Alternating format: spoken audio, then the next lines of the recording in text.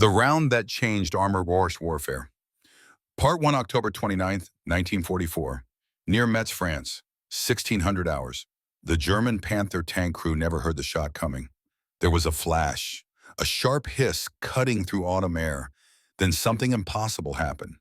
The side armor, 40 millimeters of hardened Krupp steel designed to withstand anything Allied forces possessed, simply gave way. Not shattered, not cracked. The metal opened like warm butter beneath a hot knife, cutting through with surgical precision that defied every law of armored combat the Wehrmacht had written into doctrine. Inside, the Panther physics transformed into hell. Metal glowed orange, then white-hot. The loader's hand was still gripping the breech mechanism when superheated gas flooded the crew compartment. 3 seconds. That's how long it took for fighting space designed to protect 5 men to become crematorium. The radio operator tried to scream, but his lungs had already collapsed from the pressure spike. Temperature inside crew compartment exceeded 1200 degrees Celsius. Hot enough to melt steel. Hot enough to incinerate flesh before nerves could register pain. Only the driver survived long enough to crawl through his hatch. His face was a mask of char and disbelief. Skin blackened. Eyebrows gone. Uniform smoldering with chemical smell. German medics pulled him from smoking wreckage 30 yards from destroyed tank. He kept repeating the same phrase, over and over, shock making language mechanical. Das war keine Granate. That wasn't a shell. He was right. It was something else entirely. Something that would haunt the Wehrmacht through winter of 1944 and spring of 1944. A weapon that defied everything they understood about armor thickness and ballistic coefficients. The Americans called it HVAP, High Velocity Armor Piercing, technical designation M93. The German tankers who survived encounters with it had a different name, Hexengranate, the witch round, because no natural law they understood could explain penetration that melted Panther armor like wax. But to understand why Staff Sergeant James Cooper was willing to fire that round, why his hand trembled even as his sight centered on that Panther's hull, you need to go back. Back 3 months. Back to a different battlefield. Back to Normandy hedgerow country. Back to a town called St. Lo. Back to the morning his younger brother died, screaming inside a burning Sherman tank, while Jimmy watched through binoculars. Helpless. 800 yards away. The hedgerow country of Normandy was nature's perfect collaboration with military defense. Every field was a fortress. Every sunken road was an ambush carved by centuries of French agriculture. Stone walls covered in vegetation. Ancient trees forming canopy that hid armor from aerial observation. Terrain that turned tank warfare into close-range knife fight, where superior German guns created massacre conditions for American crews. July 25, 1944, 2nd Armored Division was pushing through Operation Cobra, trying to break German defensive lines that had stalled Allied advance for weeks after D-Day. Staff Sergeant James Cooper sat in gunner's position of M4 Sherman designated Pittsburgh Steel, 28 years old, Pennsylvania steelworker before war, joined Army in 1942, trained as tank gunner because someone told him armor was safer than infantry. Someone had lied. His younger brother David served as loader in Sherman designated Liberty Bell, 3 tanks back in column, 22 years old. Jimmy had gotten David into tank corps, had convinced him steel walls meant protection, had promised their mother Sarah that both Cooper boys would come home, that both would survive because tanks were safer. Empty promises now, as German Panther emerged from tree line 800 yards ahead. The American column stopped. Standard procedure. Identify target. Assess threat. Call for support. But Panther commander didn't wait. Didn't hesitate. Just fired. The German 70-millimeter gun was a masterpiece of engineering. Could penetrate Sherman frontal armor at ranges exceeding 1,000 yards. At 800 yards, it wasn't combat. It was execution. First shell hit lead Sherman. Penetrated frontal plate that should have provided protection. Armor-piercing round punched through rolled homogeneous steel like tinfoil. Detonated inside crew compartment. Ammunition cooked off instantly. Secondary explosion blew turret 40 feet into air trailing black smoke and pieces of men. Turret crashed down 50 yards away. Upside down. Hatches open. Nothing inside recognizable as human. Second shell hit Sherman, designated Boston Pride. Penetration through driver's position. Crew bailed immediately. 4 men emerging from hatches. Uniform smoking, 1 man on fire. Rolling in dirt trying to extinguish flames that clung like napalm. Another crawling, both legs shattered by spalling. Internal armor fragments that became supersonic shrapnel. Infantry medics ran forward under machine gun fire. 2 wounded tankers made it to safety. 2 didn't.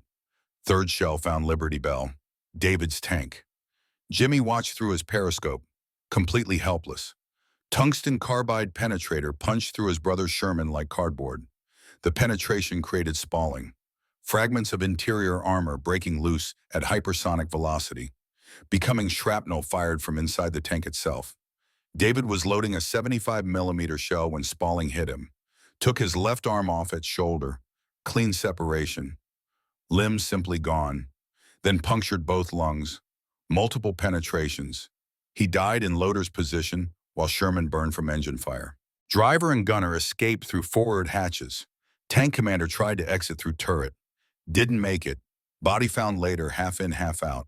Burned beyond identification. Dog tags melted into chest. David died in his position. Never made it to hatch, age 22. Doing job his older brother convinced him was safe. 2 more bodies added to casualty statistics that were hemorrhaging American tank crews, making high command question whether Sherman could survive European theater, whether sending crews into steel coffins was sustainable strategy or organized murder.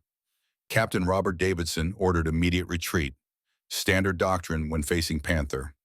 You don't fight, you run. Find infantry support. Call artillery. Do anything except engage in fair fight, because fair fight meant 5 Shermans destroyed for every German tank killed. The mathematics were genocide. The mathematics didn't care about courage. Mathematics cared about armor thickness and muzzle velocity. And those equations favored Germany. Pittsburgh Steel reversed. Backed out of kill zone, left burning Liberty Bell behind because staying meant dying. Left David's body because recovery was suicide. Left him to burn while Panther systematically destroyed 2 more Shermans before artillery forced withdrawal. 5 American tanks destroyed. 15 crew members killed or wounded. 1 German Panther retreating undamaged, proving once again that American armor was inferior. That Sherman crews drove death traps. That courage meant nothing against engineering. August 2nd, 1944. Pittsburgh, Pennsylvania, 3,000 miles from French hedgerows. Jimmy stood beside his mother at David's funeral. Flag-draped coffin. 21-gun salute. Rifle volleys echoing across cemetery. Taps played on brass bugle. Honor guard folding American flag into triangle. Presenting it to Sarah Cooper with rehearsed condolences that meant nothing. The telegram had arrived 3 days after St. Lo. Western Union delivery. Yellow envelope every American family dreaded. Sarah had known before opening. Known from the delivery boy's face, from his apology, from the way the world stopped before she tore open paper. The Secretary of War desires me to express his deep regret that your son, Private David Cooper, was killed in action in France on July 25, 1944. Standard language. Impersonal bureaucracy used for thousands of families. It reduced David's death to administrative detail. Reduced burning alive at 22 to line item. Reduced youngest son, who loved baseball, to statistics. KIA. Killed in action. Body recovered. Sarah Cooper was 51 years old. Had buried husband in 1935 after steel mill accident. 9 years of widowhood raising 2 sons alone. Working 3 jobs. Keeping small house in Pittsburgh. Sending both boys to high school. Watching Jimmy join Army. Watching David follow because younger brothers always follow. Now watching David's coffin lowered into Pennsylvania earth while Jimmy stood in uniform. Only surviving son, last Cooper male. After service, after mourners left, Sarah pulled Jimmy aside, gripped his arm with surprising strength. Widow's hands, calloused from factory work, strong from years of doing everything herself. Her voice was quiet, steady, more terrible than screaming. You promised me you'd keep him safe. Promised tanks were safer. Promised both my boys would come home. He burned alive, Jimmy. They told me he burned. Army officers said David died instantly, but other mothers told me what burning means. What happens to boys trapped in steel boxes? Your brother died because German tanks are better, because our boys are in metal coffins fighting fortresses. She paused, grip tightening, eyes meeting his. No tears, just steel. Same steel that had survived husband's death. Same steel that raised two sons alone. You're going back over there. Army won't let you stay for your own brother's funeral. Back in France next week. Back in that tank. When you go back, you make them pay. You make every German tank crew pay for David. You make them burn like David burned. You make them understand what they took from us. You hear me, Jimmy? You make them pay, Jimmy heard. That promise would define everything after, would drive him to volunteer for experimental ammunition, would make him willing to fire rounds that turned enemy crews to ash, would justify using science to incinerate humans, would haunt him when German tankers died the same way David died, burning, screaming, helpless, because revenge and justice aren't always the same thing. August 1944, Aberdeen Proving Ground, Maryland, 200 miles from Pittsburgh Funeral. DeMarcus Webb stood in metallurgy laboratory staring at test results that contradicted conventional ballistics. Tungsten carbide penetrator, moving at 400 feet per second, had just punched through 4 inches of hardened steel. Clean hole, edges melted smooth as glass. The physics were sound, the engineering revolutionary, the implications terrifying. Webb was 45 years old, MIT educated in materials science, recruited by Office of Scientific Research and Development in 1942. His specialty was understanding how metals behaved under extreme stress, how crystalline structures failed, how heat and pressure transformed material properties. For 2 years, he'd been solving an unsolvable problem. How do you defeat German armor superior in thickness and quality to anything America could produce? Standard approach was bigger guns, heavier shells, more propellant. But that created cascading problems. Heavier guns meant heavier tanks. Heavier tanks meant slower tanks. Slower tanks meant easier targets. And American industrial capacity was optimized for producing Shermans, 50,000 of them. So, factories tooled for specific dimensions. Redesigning entire armored doctrine would take years. Years American forces didn't have. Solution had to work with existing platforms. Had to use existing guns without modification. Just new ammunition. Just different physics. That's where tungsten carbide became answer. Metal so dense, so incredibly hard, that even small penetrator could punch through armor if moving fast enough. Density was 15.6 grams per cubic centimeter, nearly twice that of steel, 3 times harder than hardened armor. The trick was velocity. Standard armor piercing relied on mass, heavy projectile, brute force. HVAP relied on speed. Smaller projectile, lighter overall, wrapped in aluminum sabot that fell away after leaving barrel. This allowed tungsten core to achieve velocities no conventional shell could match. Less mass meant higher acceleration. Higher velocity meant better penetration through kinetic energy alone. Test results proved concept worked. At 400 feet per second, tungsten could defeat armor standard rounds couldn't touch. Could penetrate Panther glacis at ranges where Panther killed Sherman. Could transform Sherman from death trap into competitive weapon. Could save American lives by killing German crews efficiently. September 15, 1944. First combat prototype test. Webb and his team loaded M93 HVAP into 76mm gun on test stand. Concrete bunker for observers. Instrumentation measuring velocity and thermal effects. Target was captured, Panther frontal, armor position 200 yards downrange. Actual combat armor. Actual German steel. Real-world test.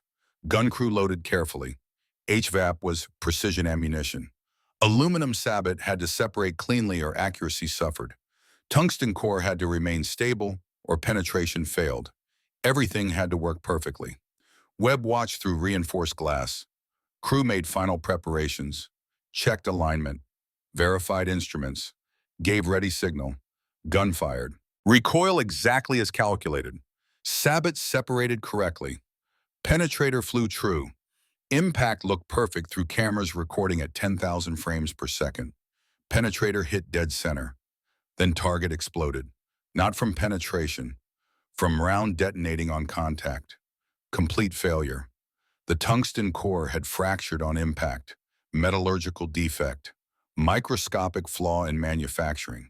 Crystal structure imperfection that turned armor-piercing round into expensive grenade. Cameras showed frame by frame, core hitting armor, core fragmenting, fragments spreading. No penetration, just failure in smoking crater. Test crew was safe in bunker, but failure was catastrophic. Months of development, hundreds of thousands of dollars, promises made to War Department, all reduced to crater and scattered fragments. Understanding that theoretical physics and practical engineering weren't the same thing. Colonel Harrison was clear. We have 6 weeks to fix this or project gets canceled. Marines are dying in Pacific. Army is dying in France. Every day without working HVAP is another day American boys burn because their tanks can't penetrate German armor. Fix this or I find someone who can. 6 weeks, 42 days to solve the problem. To identify metallurgical failure source. To redesign manufacturing. To test new batches. To prove concept. To deliver weapon that saved lives. Or watch project die while American tank crews kept dying. Webb worked 20-hour days, testing tungsten from different suppliers, analyzing crystal structures under electron microscope, adjusting heat treatment, modifying manufacturing specifications, demanding quality control exceeding anything commercial production required. By late September, they had solution. New tungsten supplier in Colorado, better quality control, redesigned Sabo with tighter tolerances, modified heat treatment eliminating crystal flaws. Tests showed 98% reliability. Penetration exceeded predictions. At optimal range, M93 could defeat any German armor, including King Tiger if conditions were perfect. American Sherman could kill German heavy tank with single shot, could transform tactical situation, could save thousands of lives. But Webb had nightmares, not about failure, about success. He'd seen test footage, watched cameras capture what happened inside target tanks when HVAP penetrated, had calculated exactly what happened to human tissue at 1200 Celsius and pressure waves that ruptured organs. Tungsten core at hypersonic velocity created plasma jet when penetrating. Superheated metal vapor, gas hotter than sun's surface for microseconds, expanding faster than sound, filling crew compartment before anyone reacted, temperature igniting anything flammable, pressure collapsing lungs. Anyone inside died instantly, died before understanding they'd been hit, before knowing to bail out, before having chance to scream. His wife Margaret found him at kitchen table at 3 a.m., glass of whiskey untouched, just staring, processing what he'd created, understanding that saving American lives meant killing German lives with weapon that didn't just defeat armor, but erased humans inside armor. Marcus, what's wrong? Webb looked at her.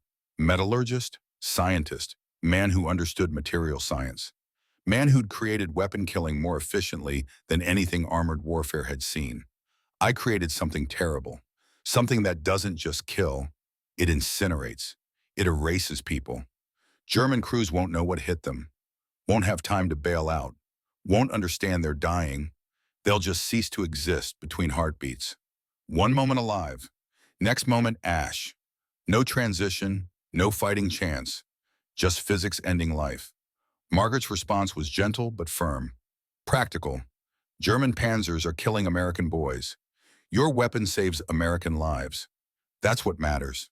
Isn't it? Webb didn't have answer. Didn't know if saving American lives justified creating a weapon that killed so efficiently, but he approved production anyway. Because scientists solve technical problems. Morality was someone else's job. First batch shipped to Europe October 10, 1944. Destination veterans Sherman crews who'd proven they could handle experimental ammunition. Crews who'd survived multiple engagements. Crews like Staff Sergeant James Cooper's platoon. Veterans who'd lost brothers to German armor. Veterans who'd welcome anything that let them kill Panthers. October 1944, somewhere in France. Oberleutnant Wilhelm Adler sat in commander's cupola of Panther No. 3T2, 34 years old, Prussian military family going back 3 generations. Joined Wehrmacht in 1938 because that's what Prussian sons did. Fought in Poland, France, Russia. Commanded Panzer III at Kursk. Survived largest tank battle in history. Upgraded to Panther in 1944. Around him, German defensive line was collapsing, slowly. Fighting every yard, but collapsing. American forces advancing from west. Soviet forces crushing Wehrmacht in east. The Reich was dying. Everyone knew it. Officers, enlisted. Even Hitler probably knew, though he'd never admit. But knowing didn't change orders. Didn't change duty. German tank crews would fight until ammunition ran out or armor failed or death came.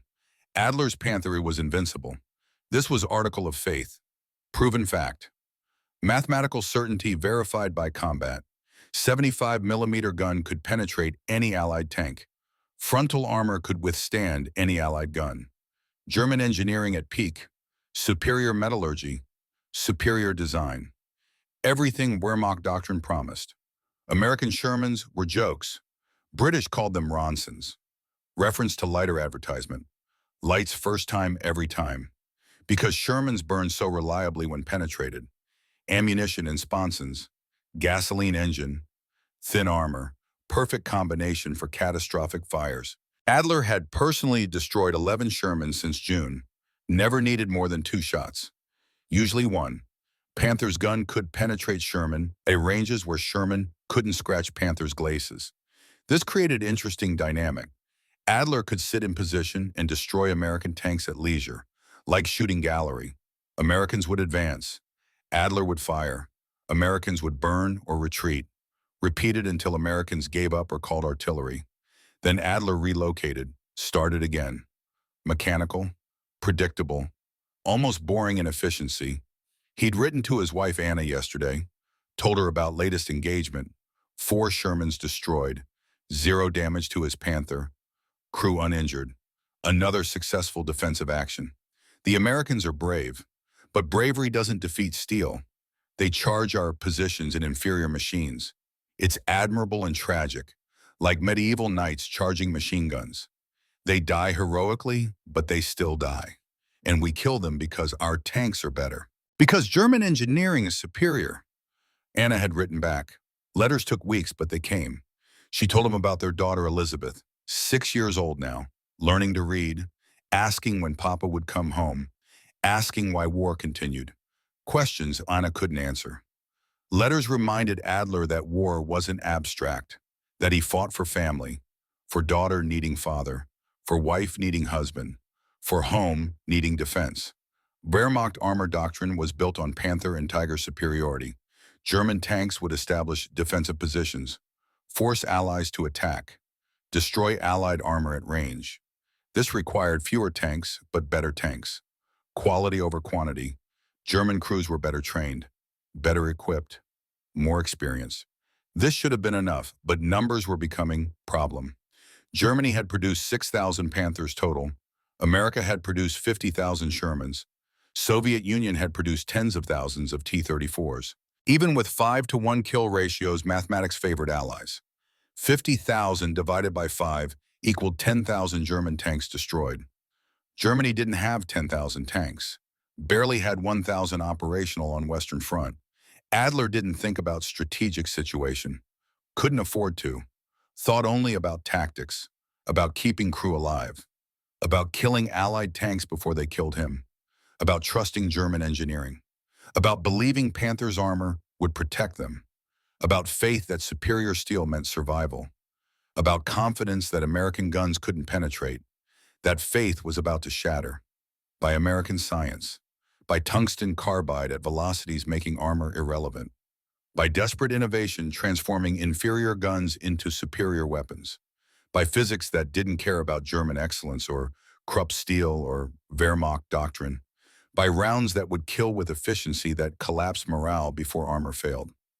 October 23, 1944. 2nd Armored Division Headquarters, France.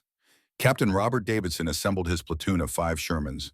His crews were veterans, had fought from Normandy through France, had lost tanks to German guns, had lost friends to Panther ambushes, had learned hard lessons.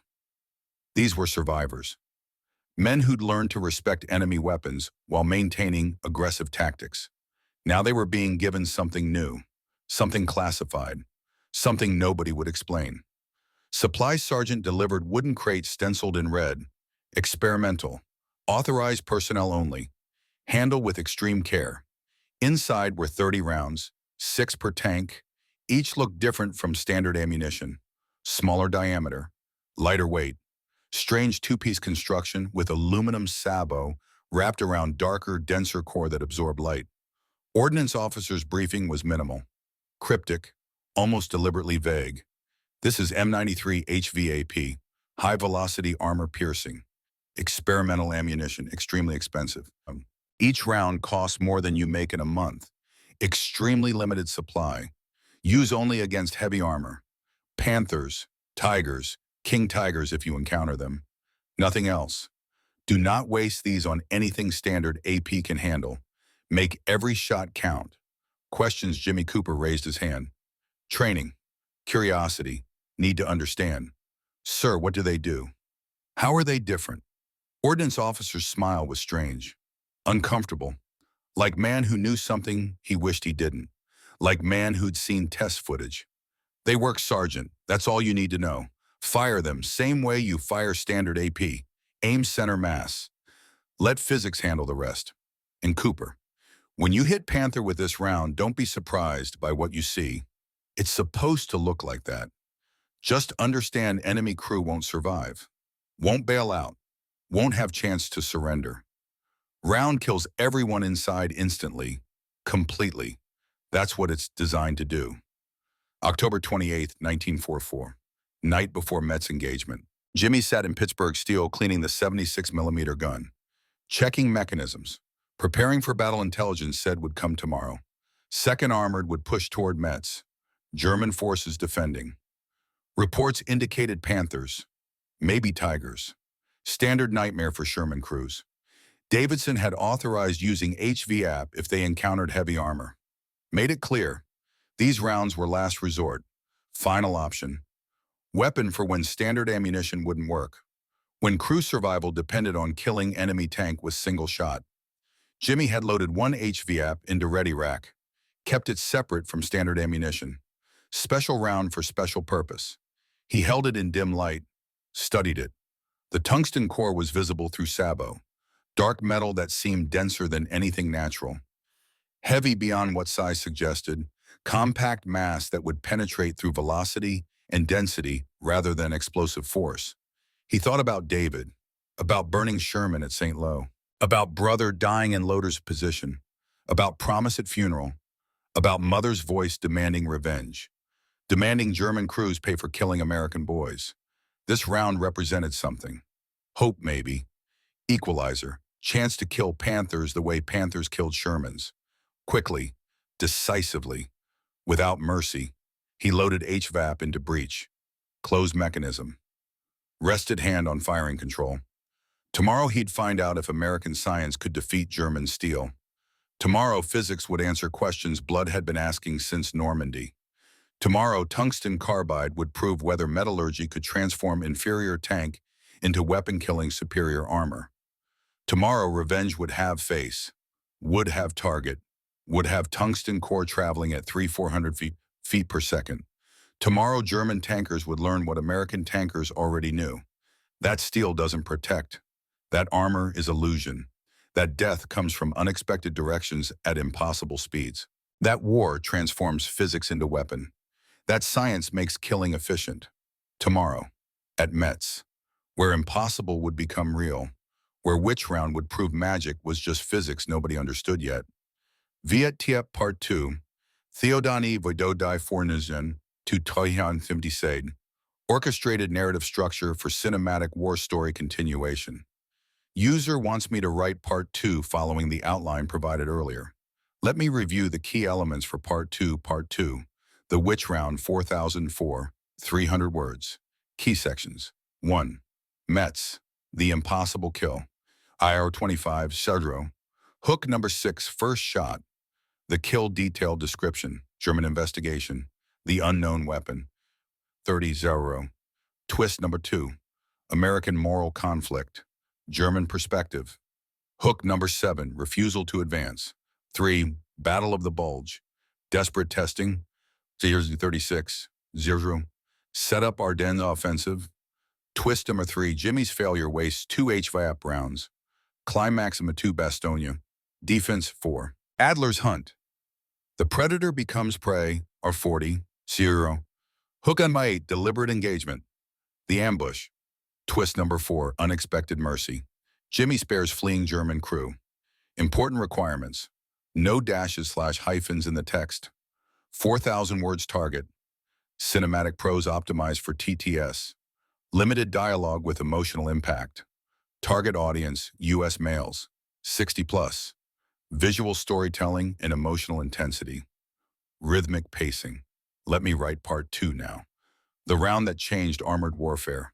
Part 2, October 29th, 1944.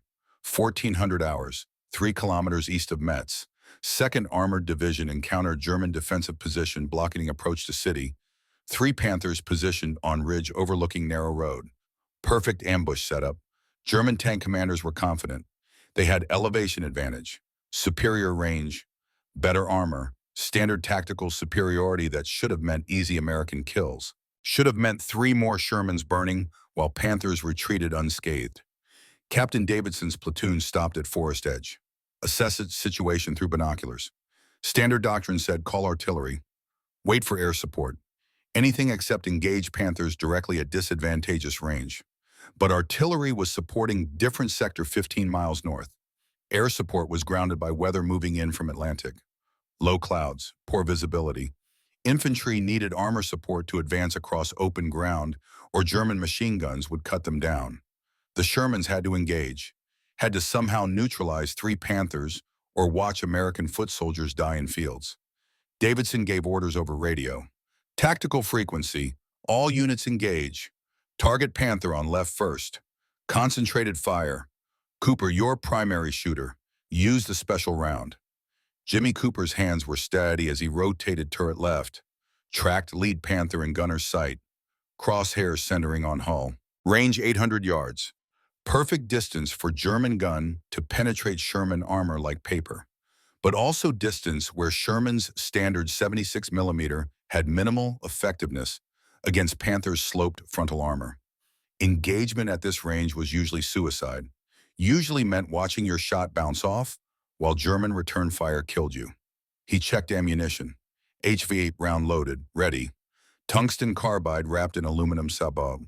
Waiting to prove whether American science could defeat Wehrmacht steel, whether physics could overcome engineering, whether revenge could be delivered at 300-400 feet per second.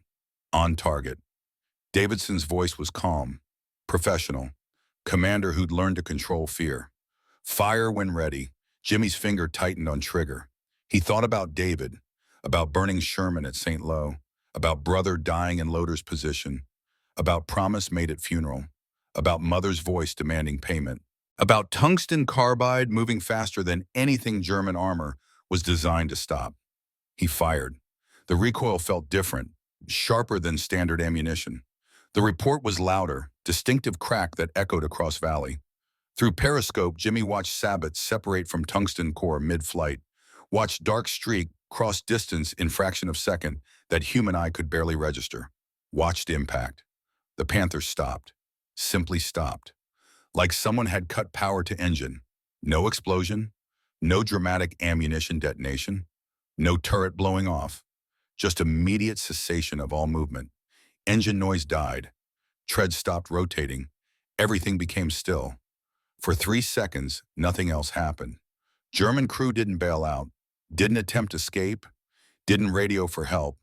Just silence from tank that should have been fighting back. Then hatches erupted. Black smoke poured out. Not normal gray smoke from engine fire. This was darker, thicker. Chemical smoke with smell that carried even to Pittsburgh Steel's position 300 yards away. Smell of burning metal mixed with something organic, something terrible. Then screaming, high-pitched, desperate, inhuman sounds that made Jimmy's stomach turn cold and his hands start shaking on controls. 2 German crew members emerged from commander's cupola, uniforms smoking, faces blackened beyond recognition, skin charred, hair gone.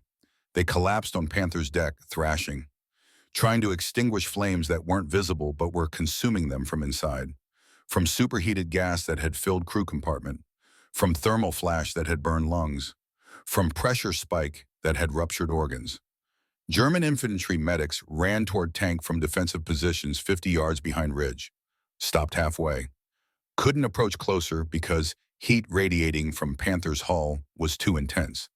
One German crew member managed to crawl to edge of hull, arms moving, legs pushing, then stopped. Not moving after that, just still, smoke rising from body. Other crew member rolled off deck, fell 10 feet, didn't get up. The other two Panthers retreated immediately. Full reverse, engines roaring. Didn't fire return shots, didn't attempt engagement, didn't follow doctrine that said fight from defensive positions. Just fled. German tank commanders who'd faced American Shermans dozens of times, suddenly treating combat like encountering something beyond comprehension, something outside training, something that made armor meaningless and survival impossible. Inside Pittsburgh Steel, nobody spoke.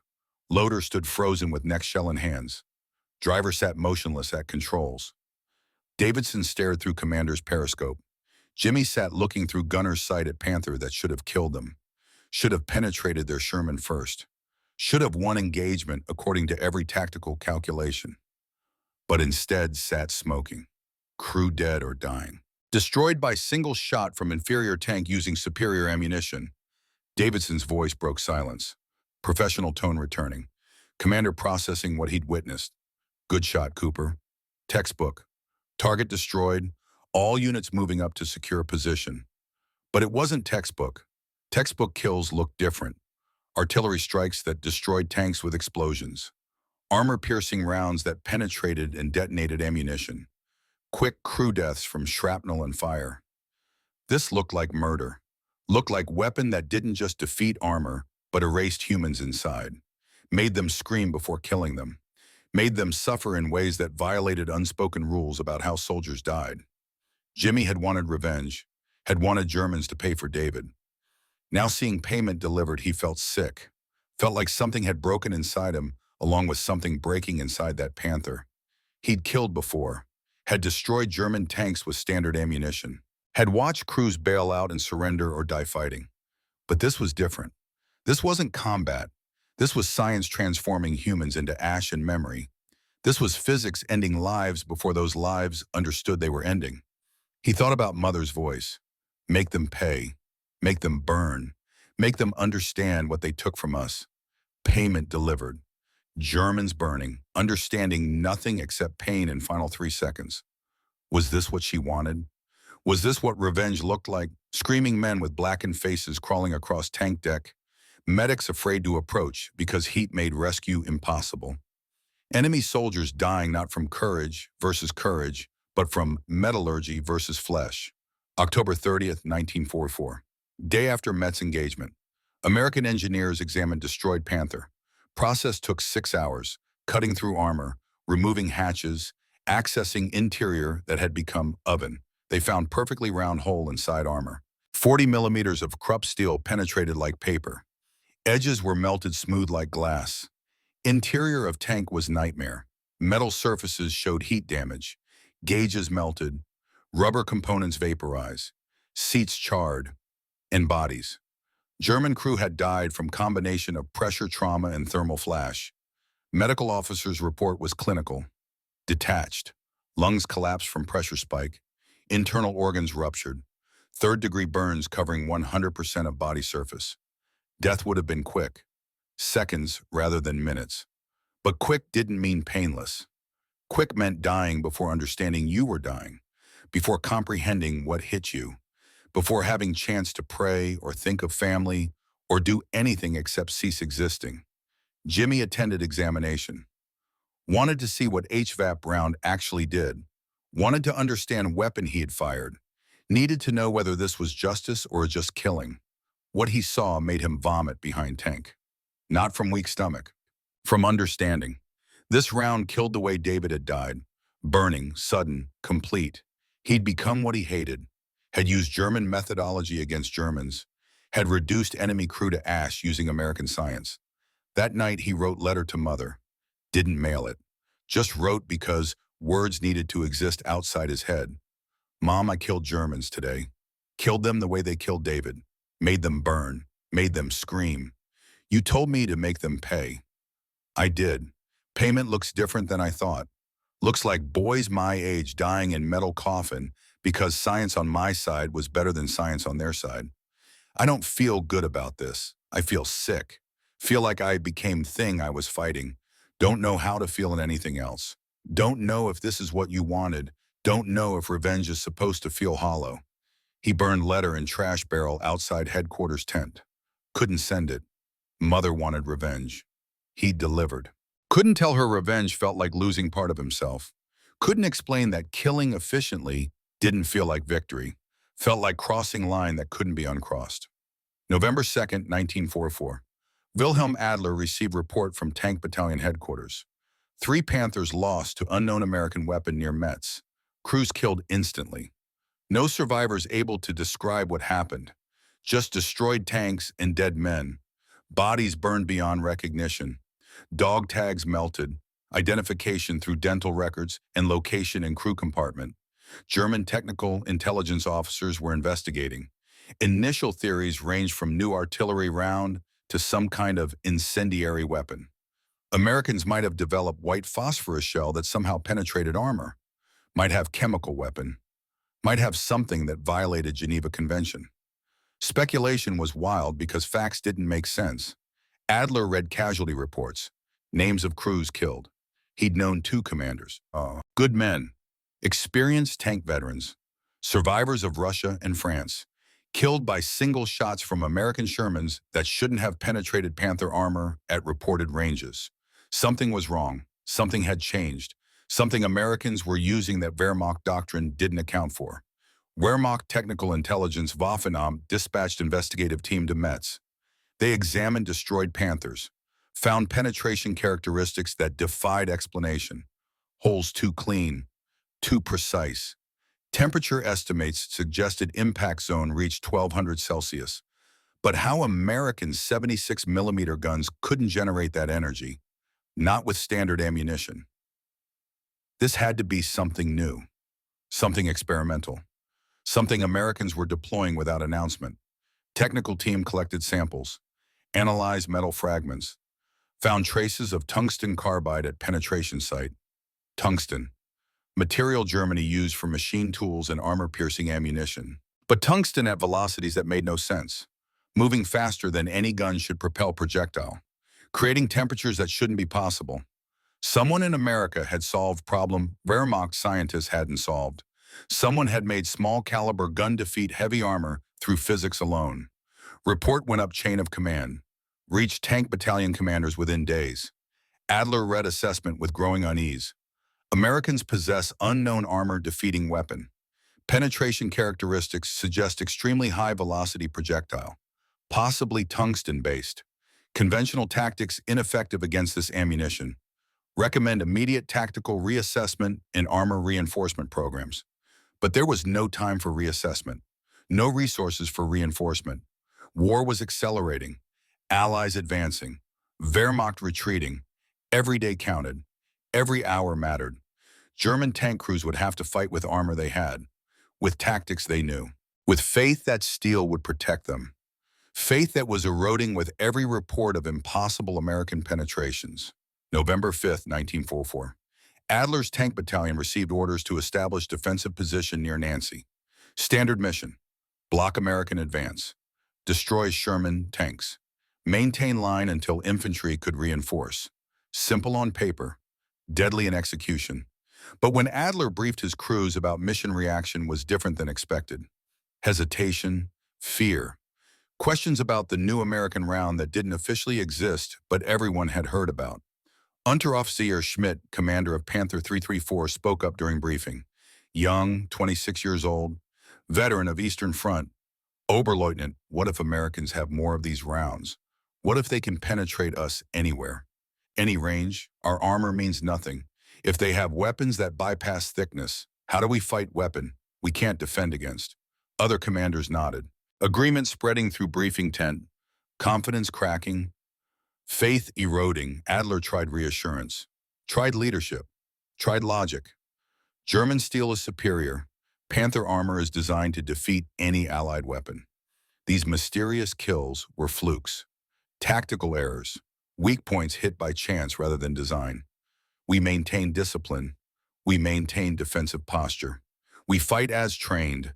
We survive by trusting our tanks. But doubt had entered. Doubt was poison for tank crews.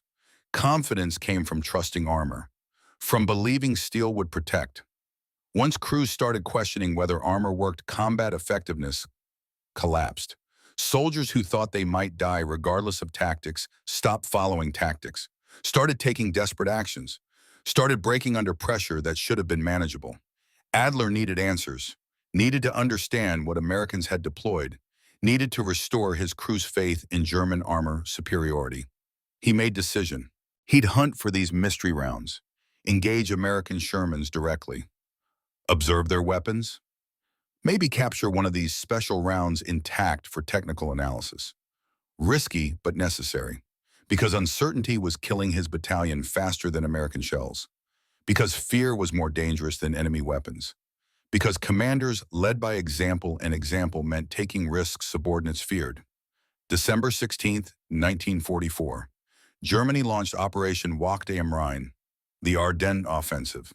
Hitler's last desperate gamble to split Allied forces, capture Antwerp, forced negotiated peace before Reich collapsed completely. Over 200,000 German troops, hundreds of tanks, including Panthers, Tigers, King Tigers, massive artillery support. Everything Wehrmacht could scrape together for one final push westward. Initial phase was successful beyond planning staff's expectations. Surprise was complete. American lines broke in multiple sectors. German armor poured through gaps, overran positions, captured supplies, pushed deep into Allied territory. For 72 hours, Wehrmacht seemed unstoppable. Tank columns advancing, infantry overwhelming surprised American units.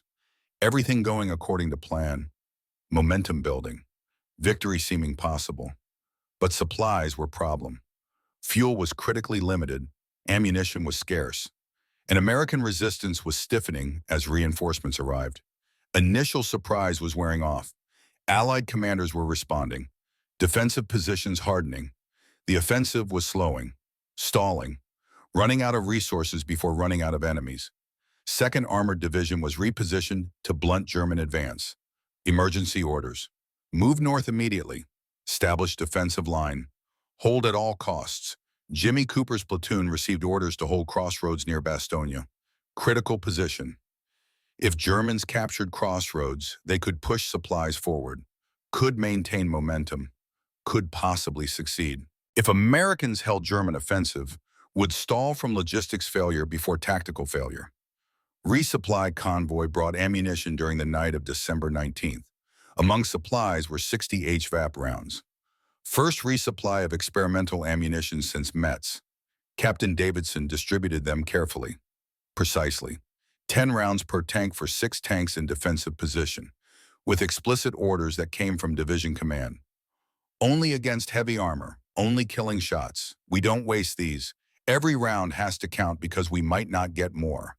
Germans are throwing everything at us. Panthers, Tigers, maybe King Tigers. Save HVAP for when you need it most, when survival depends on single perfect shot. December 20th, 1944. Dawn. German attack came through fog. Panthers emerged from tree line like iron ghosts, frost covering hulls, exhaust creating white clouds, at least 6 visible through morning mist, maybe more behind them, maybe entire battalion pushing toward crossroads that 5 American Shermans were defending. Mathematics said Americans should retreat, should call for support, should avoid engagement against superior numbers of superior tanks. But infantry was behind them.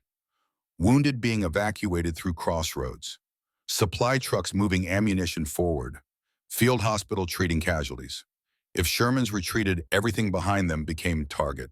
Germans would overrun positions, kill wounded, capture supplies, break through to Bastogne. They had to hold. Had to somehow stop 6 Panthers with 5 Shermans. HVAP. Rounds were only chance, only equalizer that made impossible mathematics slightly less impossible. First Panther appeared at 400 yards.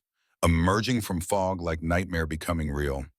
Jimmy fired immediately, no hesitation, no doubt. HVAP round hit turret side.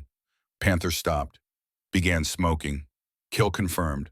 Crew bailing out, 1 down, 5 remaining. Second Panther at 350 yards.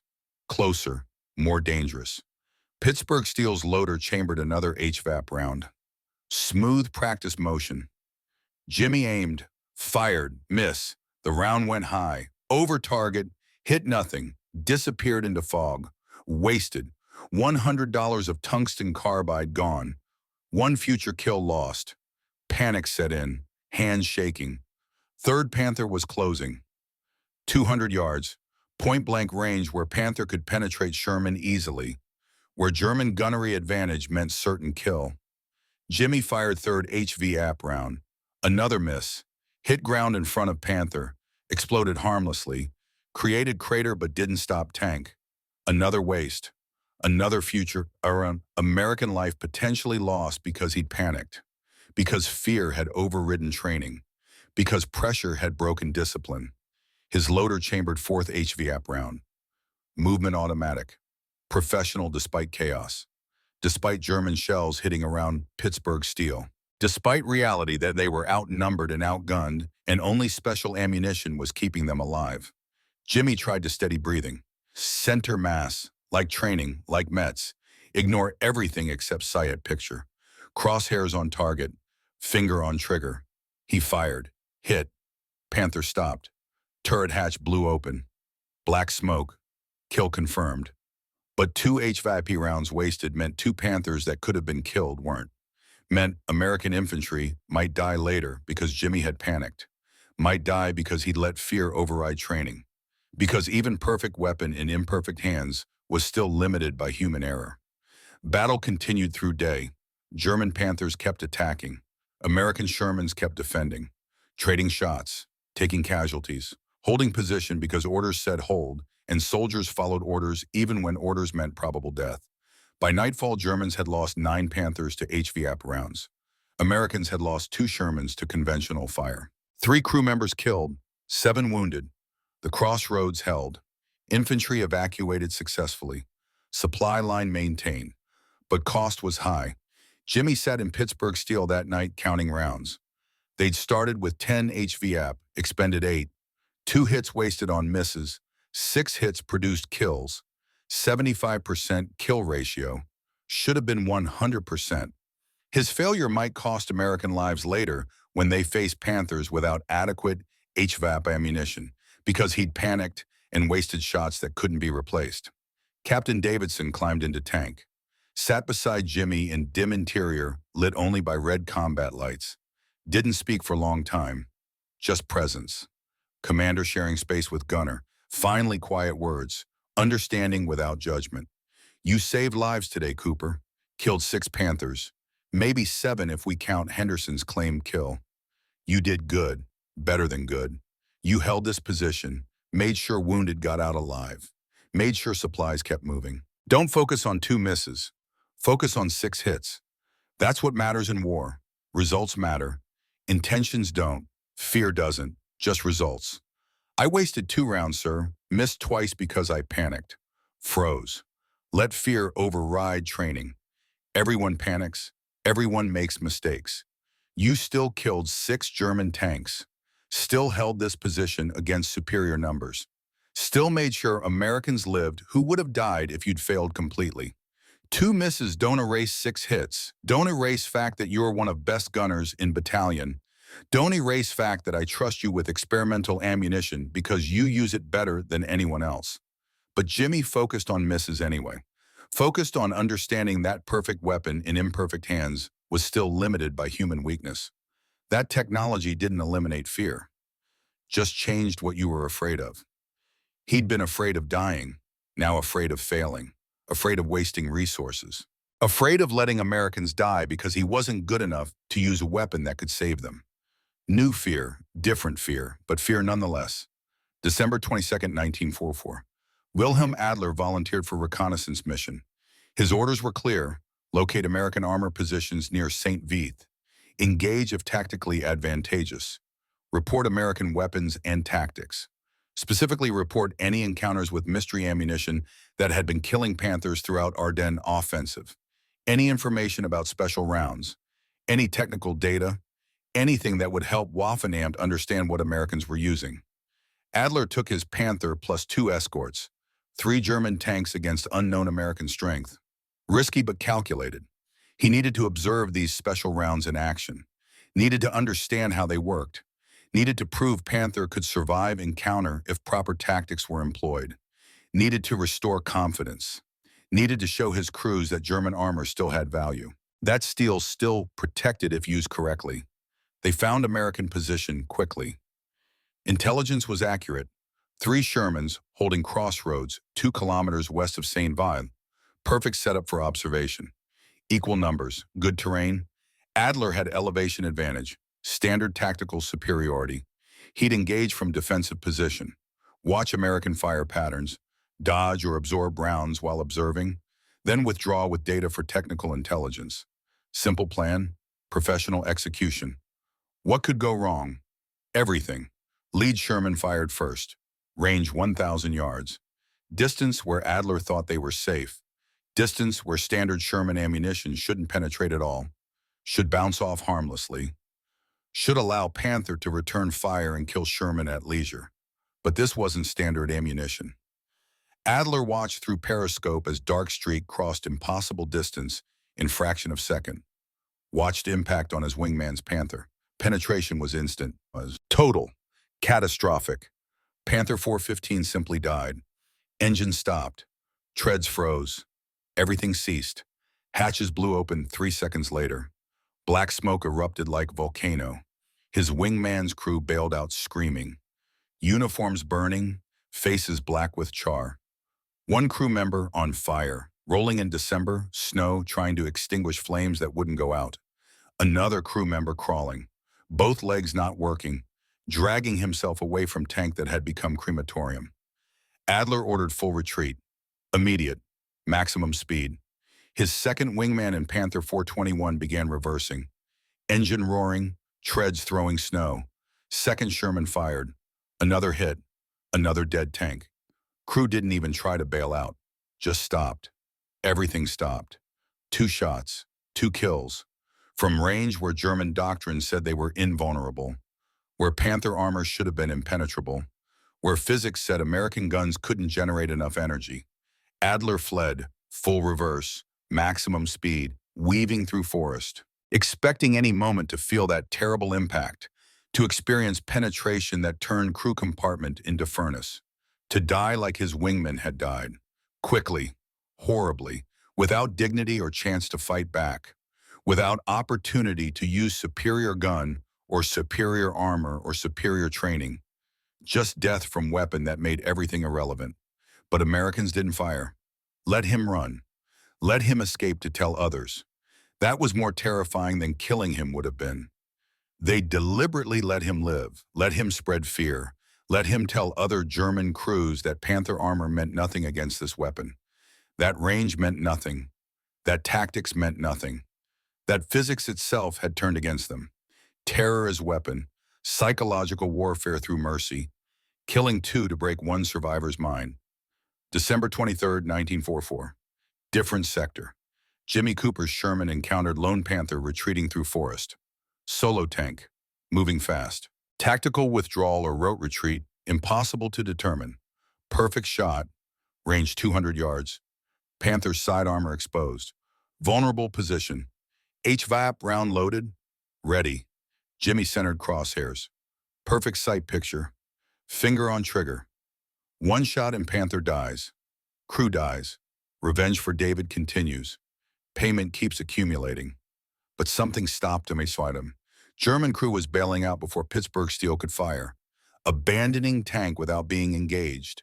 Running through snow. Terrified. Not fighting, just fleeing. These weren't crew that had killed David.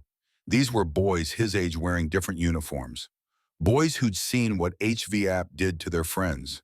Boys who'd rather freeze in December snow than burn in steel coffin. Boys who'd lost faith in armor, lost confidence in protection, lost belief that metal could save them.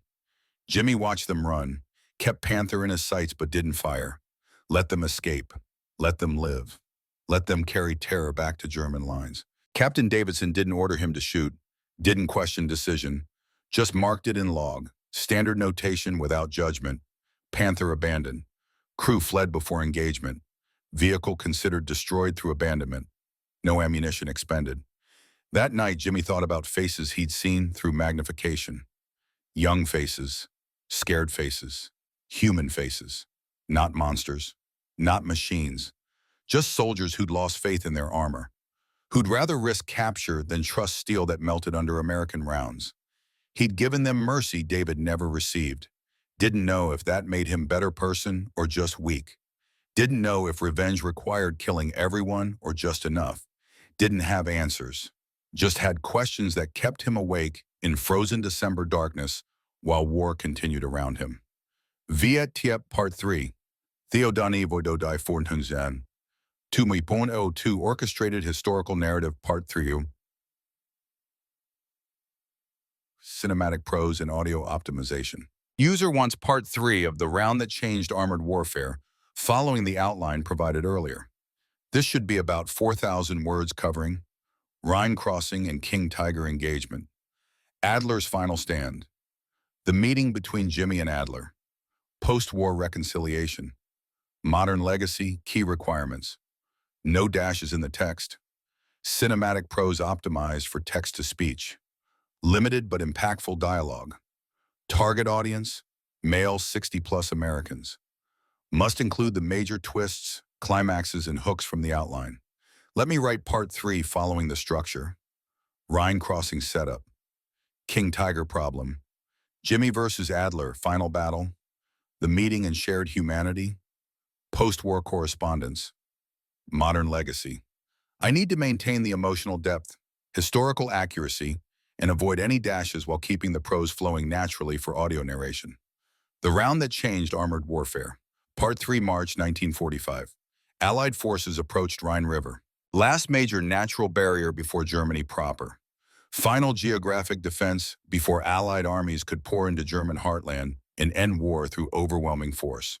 Wehrmacht defensive doctrine required holding Rhine at all costs. Every meter of river was fortified. Every crossing point defended. Every bridge destroyed. German high command established defensive positions anchored by King Tiger tanks. Panzerkampfwagen 6, Ausfuhrers B, heaviest armored vehicles ever produced, most powerfully protected tanks in history. King Tiger frontal armor was 180 millimeters thick, sloped at optimal angles for deflection, designed to be mathematically impenetrable. Nothing Allies possessed should penetrate it. No gun, no shell, no weapon. German commanders staked entire defensive strategy on this invulnerability. King Tigers were mobile fortresses, psychological weapons that terrified Allied tank crews who'd learned that even standard Tigers were nearly impossible to kill frontally. King Tiger was supposed to be absolutely impossible, but American metallurgists had been working through winter, developed upgraded ammunition, T-30E-16 for 90-millimeter gun, longer tungsten penetrator, higher velocity than M93, better sabot design, improved propellant. Testing showed it could defeat 180 millimeters of armor.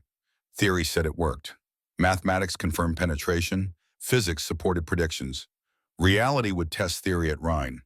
2nd Armored Division received allocation of T-30E-16 rounds.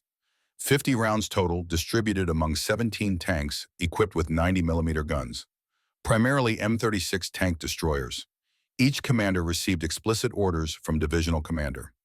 Message was clear, unambiguous. These rounds cost more than you make in a year. Use them only against King Tigers. Only confirmed kills. Do not waste them on Panthers or lesser armor. Do not miss. Missing wastes American resources and costs American lives. Every shot must count. March 22, 1945. Captain Davison's platoon received special assignment. Tank destroyers equipped with 90-millimeter guns would engage King Tigers defending Rhine crossing point near Remagen. Intelligence identified 3 King Tigers positioned to cover bridgehead. Taking them out was prerequisite for infantry assault. Standard tactics wouldn't work. Airstrikes couldn't guarantee kills through that much armor. Artillery would take hundreds of rounds per target. Hours of bombardment, ammunition that couldn't be spared. Only option was direct fire. HVAP, physics against steel, science against engineering. Jimmy Cooper had been reassigned. His Sherman had been damaged in previous engagement. Transmission failure. He was now gunner in M36 tank destroyer designated Resolute. 90-millimeter gun. Better penetration than Sherman's 76. Loaded with 6 T-30E-16 rounds. Mission was clear. Simple on paper. Kill 3 King Tigers with 6 rounds. Minimum 75% hit rate required. Maximum 2 rounds per target. No room for error. No room for panic like at Bastogne. No room for human weakness when physics demanded perfection. Pre-mission briefing included technical data on King Tiger armor. Clinical presentation. Numbers without emotion. Frontal plate 180 millimeters. Turret front 200 millimeters. Side armor 80 millimeters. Optimal shot placement was center rear at oblique angles, but engagement would be frontal. Direct approach, range approximately 1,200 yards. Firing at strongest point on strongest tank Germany ever produced. At armor that had never been penetrated in combat. At protection that German crews trusted absolutely. Jimmy studied penetration calculations, complex mathematics, velocity times density times angle. At 1,200 yards, T-30E-16 should penetrate 180 millimeters with marginal safety factor. Should penetrate, not guaranteed. Just probable. 80% confidence, 20% chance of failure, 20% chance that round would bounce off and King Tiger would return fire and M36 would die because its armor couldn't stop King Tiger's 88-millimeter gun. He thought about David, about Panthers at St. Lo, about German crews he'd killed at Metz and Bastogne, about crews he'd spared in December Forest, about whether this war would ever end or just continue until everyone who remembered why it started was dead, until Europe was empty of young men, until only old men and women remained to bury bodies. Davidson pulled him aside. Private conversation away from other crew members, commander to gunner, professional to professional. Cooper, you're my primary shooter for lead King Tiger. When we engage, you take first shot. Henderson backs you up in second destroyer. If you hit, King Tiger dies. If you miss, we all might die because return fire from 88-millimeter gun will penetrate us easily. King Tiger can kill us at ranges where we can barely hurt it. No pressure. Just wanted you to know what's riding on your shot. Wanted you to understand that entire assault depends on killing those 3 tanks. Yes, sir. I'll make it count. I know you will. You've made every important shot count since Metz. You're best gunner I have. That's why you're shooting first. That's why I trust you with first round. Because you don't miss when it matters. But Jimmy remembered Bastogne, remembered 2 wasted rounds, remembered panic, remembered fear overriding training, remembered that even best gunners missed when pressure exceeded breaking point. March 23, 1945. Dawn. Wilhelm Adler sat in commander's cupola of King Tiger No. 213. Around him, German defensive positions were being systematically destroyed by Allied artillery. Preparation bombardment. Standard Allied doctrine. Shell everything before attacking. Wehrmacht was collapsing. Everyone knew it. Officers privately. Enlisted openly. Even propaganda couldn't hide reality. But orders were clear. Orders were always clear. Hold Rhine. Delay Allied crossing. Make them pay for every yard. Die in place if necessary. Adler's crew was nervous. More nervous than he'd ever seen them. They'd heard stories. Reports from Ardennes. Tales about American special rounds that penetrated Panthers like paper, that killed crews instantly. That made armor meaningless, but King Tiger was different, stronger, better protected. Surely this armor would hold.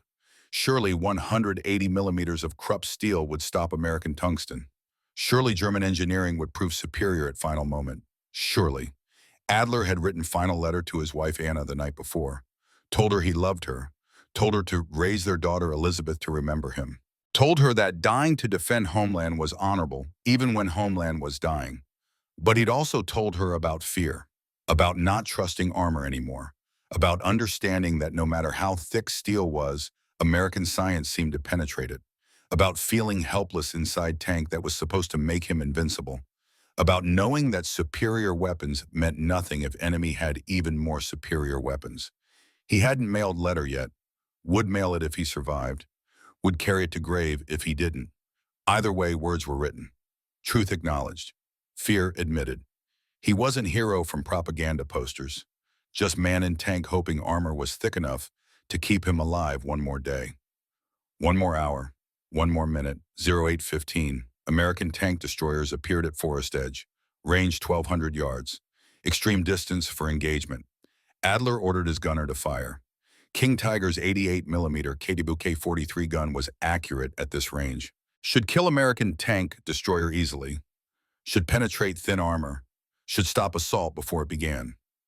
First shot missed. American vehicle was moving, weaving, making itself difficult target, denying German gunnery advantage through maneuver. Second shot hit. Glancing blow against M36's angled hull. Didn't penetrate, just deflected. Sparks. Scar on armor. No kill. American tank destroyer stopped, steadied, settled into firing position. Adler knew what was coming. They were preparing to fire, preparing to use whatever special ammunition had been killing Panthers. He ordered his driver to reverse, put more armor between them and Americans, put distance, put time. But King Tiger was slow, ponderous. 70 metric tons of steel doesn't accelerate quickly. Jimmy Cooper centered crosshairs on King Tiger's glacis plate. Most protected point. Worst possible shot placement. Only shot available because tank was facing him directly. Front of tank. 180 millimeters of sloped armor.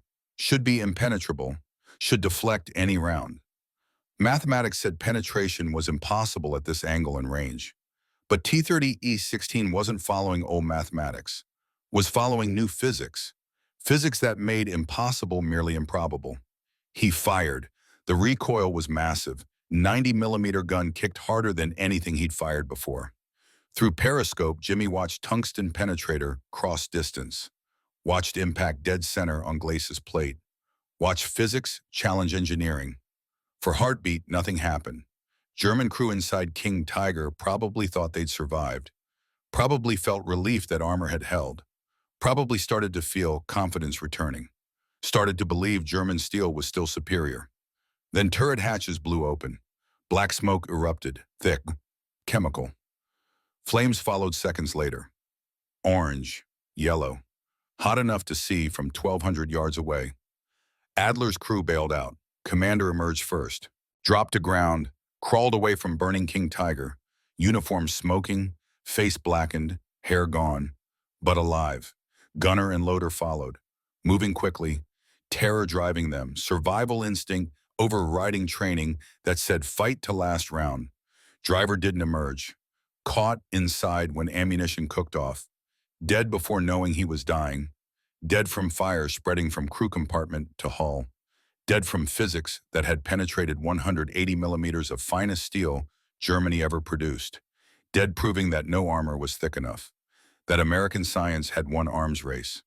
That Wehrmacht's technological advantage was gone. That faith in German engineering was misplaced faith. The myth died with that tank. Myth of German armor superiority. Myth of invulnerability. Myth that engineering could defeat physics. T-30E-16 had done impossible. Penetrated armor that wasn't supposed to be penetrable. Proven that thickness had limits. That metallurgy could be overcome. That tungsten carbide moving fast enough didn't care about how thick steel was, or how well it was made, or how much faith crews placed in it. Other King Tigers retreated, didn't engage, didn't attempt to fight, just withdrew. German defensive line at Rhine collapsed within hours. Americans crossed, built pontoon bridges, poured troops and armor into Germany proper. War would continue another 6 weeks, but outcome was no longer in doubt. Germany had lost, physics had won, science had proven more powerful than engineering. Mathematics had overcome faith. March 23rd afternoon, American forces secured Bridgehead. Engineers examined destroyed King Tiger. Process took 8 hours. Cutting through armor, accessing interior, documenting damage for technical intelligence reports. They found same penetration characteristics as Panthers. Clean hull, melted edges, Interior destroyed by thermal flash and pressure. Body of German driver was unrecognizable, burned beyond identification. Just another casualty in war that measured success in tons of steel, destroyed and lives erased from existence. Jimmy walked to King Tiger's position, wanted to see what his shot had done, wanted to understand weapon that had killed David finally being answered by weapon that killed like David died. Wanted closure maybe, wanted understanding, wanted something that would make last 8 months of killing feel meaningful instead of just mechanical. Found German commander sitting 30 yards from destroyed tank. Not prisoner technically, just man sitting, staring at wreckage, hands shaking, face gray with ash and trauma and exhaustion that went beyond physical, beyond anything sleep could cure. He looked up as American approached. Didn't stand, didn't try to run, just sat. Beyond fear, beyond resistance, beyond everything except exhaustion that came from surviving when death seemed certain. He spoke in accented English, good English, educated English. You were the gunner. I saw your vehicle. You made that shot. 1,200 yards, frontal armor, perfect placement. You killed my tank, killed my driver.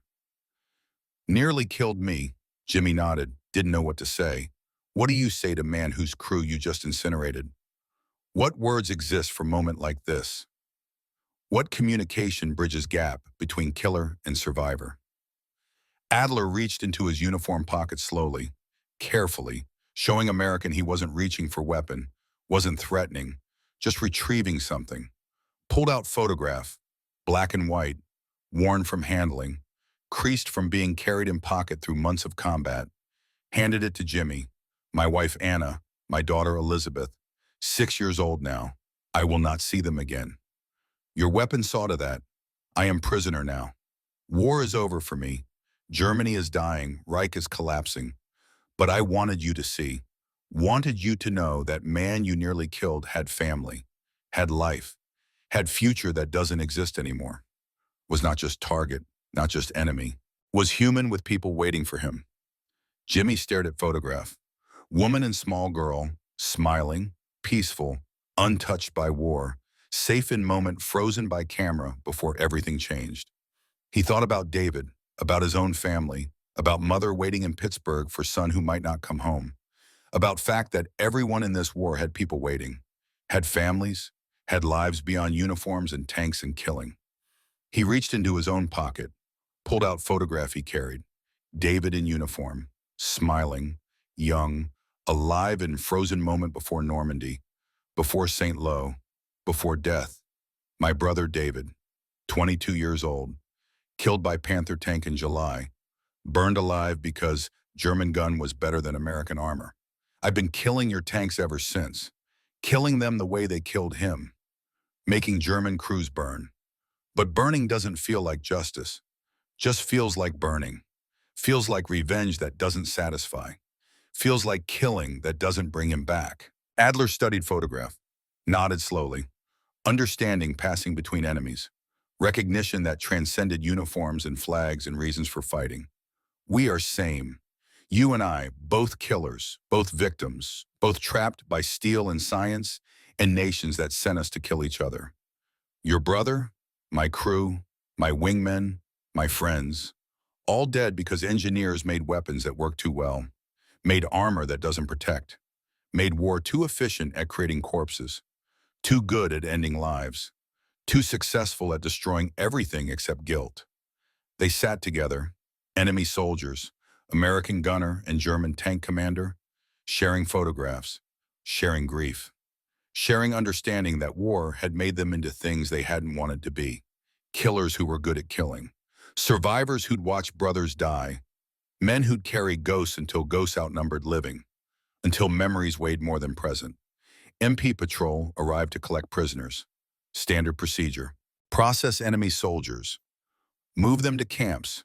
Begin documentation. Adler stood, returned Jimmy's photograph. Careful handling, respectful gesture. Jimmy returned Adler's photograph. Brief moment of connection across war's divide. Understanding that even in killing there could be recognition. That enemies could see each other as humans before returning to roles war demanded.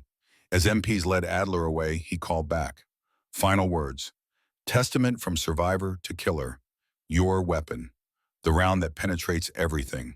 It's not witchcraft like my men said. Not magic. Just better physics. Better science. My country lost technological race. Lost ability to protect us. You won. But winning just means killing efficiently. Doesn't mean you're better humans. Just better scientists. Just better at transforming physics into death. Jimmy watched German prisoners march toward POW processing. Thought about tungsten carbide and metallurgy and physics that transformed war into science experiment. Thought about David burning and German crews burning and whether any of it made world better. Whether efficiency at killing was progress. Whether technology that ended lives faster was advancement. Whether science that made murder simple was achievement worth celebrating. May 8, 1945, Germany surrendered. War in Europe ended. Statistics were compiled. Numbers that reduced horror to mathematics. M93 HVAP and T30 E16 rounds had accounted for less than 5% of all tank ammunition expended during war, but over 30% of confirmed heavy armor kills in final 6 months. Efficiency that bordered on surgical. Each round, when properly employed, worth 20 conventional shells. Physics defeating engineering. Science overcoming steel. But human cost told different story. Interviews with surviving German tank crews revealed lasting psychological trauma. Men who'd survived Eastern Front, who'd endured Stalingrad and Kursk in every horror war could produce. Reported nightmares about burning shot, about round that came without warning and left nothing but molten metal and ash. Some refused to talk about it at all, their silence more eloquent than any testimony, their refusal to remember more revealing than detailed accounts. American tankers had complicated feelings, relief at having weapon that worked, pride at technological achievement, sometimes guilt at efficiency of killing. One Sherman commander's account captured ambiguity. We'd see them bail out, and they'd be different, shaking, broken, not from fear of dying, but from fear of dying like that, instantly, without chance. Without hope, armor would save them. We'd killed their faith before killing them. Made them understand their tanks were coffins. That scared them more than dying. Understanding that protection was illusion, that steel was just metal that melted. Jimmy Cooper received Bronze Star for actions at Rhine Crossing. Declined ceremony, didn't want medal for killing. Didn't want recognition for using science to incinerate humans. Didn't want to stand in front of officers and accept praise for becoming efficient at death. Just wanted to go home. Wanted to see mother. Wanted to try forgetting things that couldn't be forgotten. Wanted to become person who existed before war. Impossible desire. War changed everyone. Killing changed it everyone. No going back. 1953. 8 years after war ended. Jimmy received letter, German postmark, return address in Munich. He opened it carefully. Suspicious, curious. Inside was letter written in careful English. Precise English, from Wilhelm Adler. Dear Sergeant Cooper, 8 years since Rhine. 8 years since you destroyed my King Tiger. Since you nearly killed me. Since physics defeated steel and American science won war. I wanted you to know I survived. Returned to Anna and Elizabeth. Rebuilt life from nothing. Found work as mechanical engineer. Irony not lost on me. Engineer who designs machines that don't kill. Tried to forget war. Cannot forget. Cannot forget sound of tungsten penetrating steel. Cannot forget crew members who died. Cannot forget moment when I understood armor meant nothing. But also cannot forget moment we sat together. Showed photographs. Recognized each other as humans. That moment taught me something important. Something that justifies surviving when better men died. War makes us killers, but we choose whether killing makes us monsters. You chose mercy when you let German crews flee. Chose humanity when you saw my family photograph. Chose to be more than weapon you were trained to use. Chose to remain human when war wanted us to be machines. I teach this to Elizabeth now. Teach her that enemies can be humans. That wars end, but humanity continues. That her father survived because American soldiers saw him as father instead of target. Thank you for that gift. Thank you for letting me live to raise her. Thank you for being human when war wanted us to be efficient killers. Thank you for understanding that physics wins battles but humanity survives to rebuild. Your former enemy, Wilhelm Adler. Jimmy sat holding letter, tears on face, not from grief alone, from understanding, from recognition that war's purpose wasn't killing, was survival, was protecting people you loved by defeating people who threatened them, but also was carrying cost, carrying ghosts, carrying knowledge that you'd done terrible necessary things that couldn't be undone, that efficiency at killing didn't erase humanity, that science made murder simple but didn't make it right. He wrote back, started correspondence that lasted decades. Two tank veterans, American and German, sharing experiences neither could share with people who hadn't been there, sharing trauma that civilians couldn't understand, sharing understanding that science had won war, but humanity survived it, that tungsten carbide and metallurgy and physics were just tools, that humans wielding tools made choices about how to use them, about when to kill and when to spare, about whether to be monsters or remain human despite everything. Letters crossed Atlantic for 30 years, discussing families, lives rebuilt, careers, children growing up, grandchildren being born, normal life resuming after abnormal years, but always returning to war, to Rhine, to moment when they'd sat together, recognizing shared humanity across enemy divide, to understanding that could only exist between people who'd killed and survived and chosen not to let killing define them. 1985. Jimmy traveled to Munich, first time visiting Germany since war. Met Adler in person, two old men, 70 years old, gray hair, lined faces, bodies marked by time, but eyes still held recognition, still carried memory of younger selves sitting beside destroyed King Tiger, still understood what they'd shared when world was trying to make them kill each other. Elizabeth was there, 46 years old now, married, 3 children, German woman whose father survived because American gunner chose mercy. She thanked Jimmy. Awkward gratitude for complicated gift. Thank you for not killing my father. Thank you for penetrating his tank but letting him live. Thank you for physics that defeated steel, but humanity that spared human. Modern day, defense contractors manufacture tungsten penetrators for every anti-tank weapon. Science that seemed like witchcraft in 1944 is fundamental to military engineering. Every Sabot round, every anti-armor missile, every tank gun owes design lineage to experimental shells rushed to front lines in dying days of World War II. Technology evolved. Fins added, depleted uranium replacing tungsten, advanced ceramics, computer targeting, but principle remains unchanged. Hypervelocity, ultra-dense projectiles that defeat armor through kinetic energy alone. Germans were right about one thing. It wasn't shell in traditional sense. Was future. Was warfare where victory belongs to whoever manipulates matter and energy most efficiently. Was proof that wars are won in laboratories as much as battlefields, by scientists as much as soldiers, by physics as much as courage, but also proof that humans using science make war human or make it horror. That technology doesn't eliminate choice, just changes what you choose. That even in killing there can be mercy. That even in victory there can be understanding. That physics wins battles but humanity survives to rebuild. That efficiency at death doesn't require efficiency at hatred. Final image preserved in letters between former enemies. Photographs. David Cooper smiling in uniform before St. Lo. Wilhelm Adler's family before Rhine. American and German families separated by war, but connected by humanity that survived physics.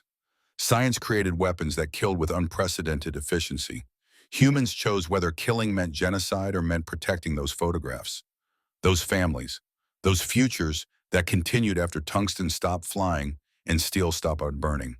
That was legacy, not just HVAP rounds or tank kills or technological superiority, but choice to remain human, choice to see enemy as human, choice to spare when you could kill, choice to rebuild after destroying, choice that made victory something more than efficiency at murder, made it foundation for peace that followed, for correspondence between former enemies. For Elizabeth Adler, growing up with father because American gunner chose mercy. For David Cooper, being remembered not just as casualty, but as reasoned brother learned difference between revenge and justice. Wars end. Technology advances, humans remain. That's legacy worth remembering. That's truth worth teaching. That's understanding worth preserving. Because next time science makes killing efficient, next time physics transforms into weapon, next time technology promises victory through superior death, someone needs to remember, needs to choose humanity, needs to understand that tungsten carbide traveling at impossible speeds can penetrate any armor. But mercy traveling between enemies can penetrate any hatred. That's what James Cooper and Wilhelm Adler taught through decades of letters, through friendship built on foundation of trying to kill each other, through understanding that emerged from ashes of destroyed tanks and burned crews and physics that made armor meaningless. They taught that winning war doesn't require losing humanity, that being efficient killer doesn't require being monster. That technology makes killing simple, but humans make killing meaningful or meaningless. And that choosing meaning, choosing mercy, choosing to remain human when war demands you become machine. That's victory worth celebrating. That's achievement worth commemorating. That's legacy worth passing to generations who will face their own weapons, their own physics, their own choices about what efficiency means and whether killing efficiently is progress or just killing. The round that changed armored warfare was tungsten carbide at 300-400 feet per second. But the choice that changed two lives was mercy at 0 feet per second. Standing still, recognizing human in enemy uniform, seeing father in tank commander, seeing brother in soldier. That changed everything. That made technology servant instead of master. That made science tool instead of tyrant. That made war horrible, but humans hopeful. That's what David Cooper died for. That's what German crews burned for. That's what James Cooper and Wilhelm Adler lived for after surviving. Understanding that physics wins battles, but humanity wins peace. And peace is what makes battles worth surviving.